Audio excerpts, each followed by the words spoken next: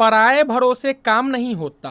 एक सरसी खेत में घोंसला बनाकर रहती थी और उसी में अपने बच्चे का लालन पालन करती थी। जब खेत की फसल पकने पर आई तब सारसी सोचने लगी अब खेत में कटाई चलेगी, इसलिए यहाँ रहना और बच्चों को रहना ठीक नहीं। परंतु बच्चे ने अभी तक उड़ना नहीं सीखा, इसलिए उसने और कुछ दिन तक खेत में ठहरना ही आवश्यक समझा और बच्चों से कहा, देखो मैं रोज ही घोंसला से बाहर जाती हूँ। अब वहाँ खेत में किसान आएंगे और भांति भांति की बात करेंगे। तुम ध्यान से वे बातें सुनना और फिर मुझे सुनाना, जिससे मैं समय रहते तुम्हारी भलाई के लिए ठीक ठीक से कुछ काम कर सकूं। एक दिन सारसी घोंसला से बाहर कहीं कीड़े मकोड़े लाने गई थी। कुछ देर के बाद वहाँ खेत में किसान आया और पौधा देखते ही बोला, अन्न पक गया है, कटने लायक हो गया है। अच्छा चलो पड़ोसियों से कह दूं, वे आएंगे और किसी दिन काट कर ले जाएंगे। जब सारसी लौटकर घोंसले में आई तो बच्चों ने उसे किसान की सुनी बातें ज्यों की त्यों सुना दी। फिर उससे कहा, बस हमें किसी दूसरी जगह ले चलो, मालूम नहीं किसान कब यहाँ आ जाए और हम लोग के प्राण संकट में पड़ जाए। सारसी बोली, जरा भी चिंता करने की बात नहीं है। किसान अपने पड़ोसियों के भरोसे हैं, इसलिए अभी खेत कटने में बहुत देर है। पड़ोसी अपने खेत काटेंगे या इसका खेत काटने आ जाएंगे। कुछ दिन बाद किसान फिर खेत आया।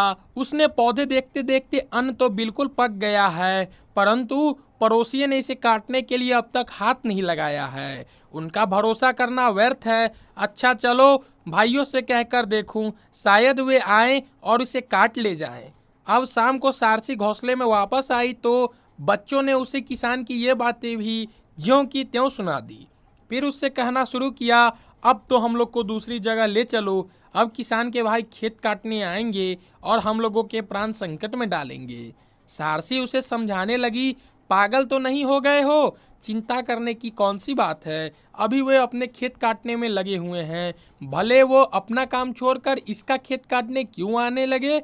2-3 दिन बाद किसान फिर खेत में आया और पीछे देखते ही कहा, उठा, अब तो अनाज इस तरह पक गया है कि पौधों से टूट टूट कर झरने लगा है, परंतु मेरे भाइयों ने इसे काटने के लिए कुछ नहीं किया। यदि और देर हो जाएगी तो मुझे बहुत हानि उठानी पड़ेगी, इसलिए अब दूसरों का मुंह ताकना व्यर्थ है। अब मैं अपना ही भरोसा करूंगा और सुबह से ही काटने में भिड़ जाऊंगा।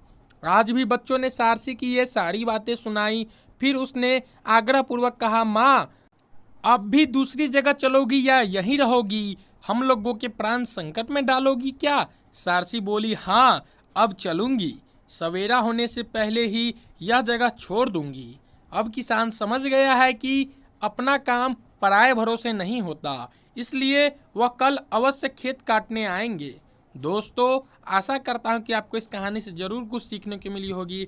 ऐसे ही हर रोज़ एक नया कहानी सुनने के लिए और हर रोज़ एक नए ज्ञान पाने के लिए हमारे चैनल को सब्सक्राइब कर दे। और इस कहानी से आपको यही सीख मिलती है कि हमें अपना काम दूसरों के भरोसे नहीं छोड़ना चाहिए, हमें अपना काम स्वयं करना चाहिए। कहानी पसंद आई हो, कहानी